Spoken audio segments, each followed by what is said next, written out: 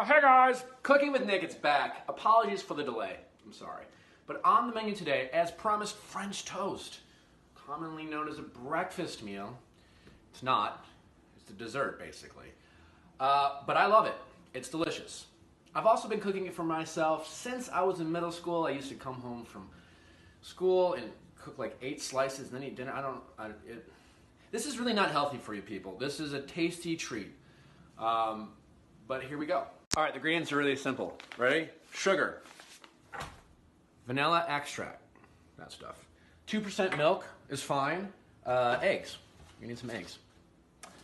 And salt. Also bread.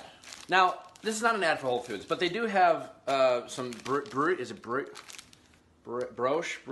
I don't know. It's something French. I don't know. It's really good. You can also use Texas toast. But then you're using Texas toast to make French toast. But I do recommend thick bread because thicker is better. That's what she said. And the most important ingredient, butter. And I do mean butter. Real goddamn butter. Salted butter. Not margarine. Not, I can't believe it's not butter. Fucking believe it. It's not goddamn butter. And it's the most important ingredient. Yeah, sure, butter is greasy, and sometimes you get it on your shirt and you leave a grease stain, but whatever. Also, if that happens, pro tip, dish soap gets the grease right out. You're welcome. So no Pam spray or any of that fake shit that says it's not fucking butter. And oh, by the way, I want to look smart because I'm trying to make a point, but did you know there's a direct correlation between the spike in autoimmune diseases and when margarine was introduced to our society? Yeah, it's a true story. It's fucking terrible. It's like plastic on your organs. So no Pam spray, no margarine.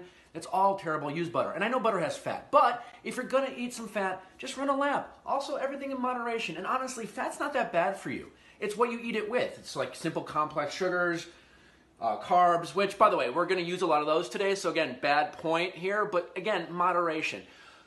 Back to the toast. Ideally, you have a griddle like this, or like it's separate or one on the stove. A pan is fine, but okay, whatever. And then a generous amount of butter. I mean, a lot of butter. I don't really measure here, but I would guess about for every 4 pieces of French toast, you need 2 eggs, a little bit of milk, about, for this many eggs, 2 generous, very heaping tablespoons of sugar, some vanilla.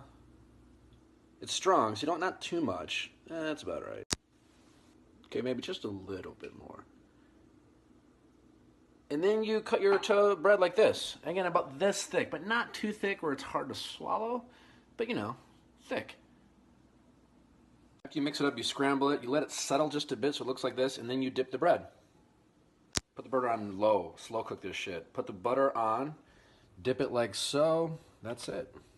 Cook it nice and slow, brown it on both sides. You don't want it to be soggy in the middle, it's not good for anyone.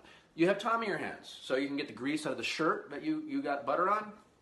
That's what we're gonna do over here. We'll see you when the toast is done. And there you have it. And then you put more butter on. Then you put your syrup or powdered sugar or whatever. Again, dessert. And there you go.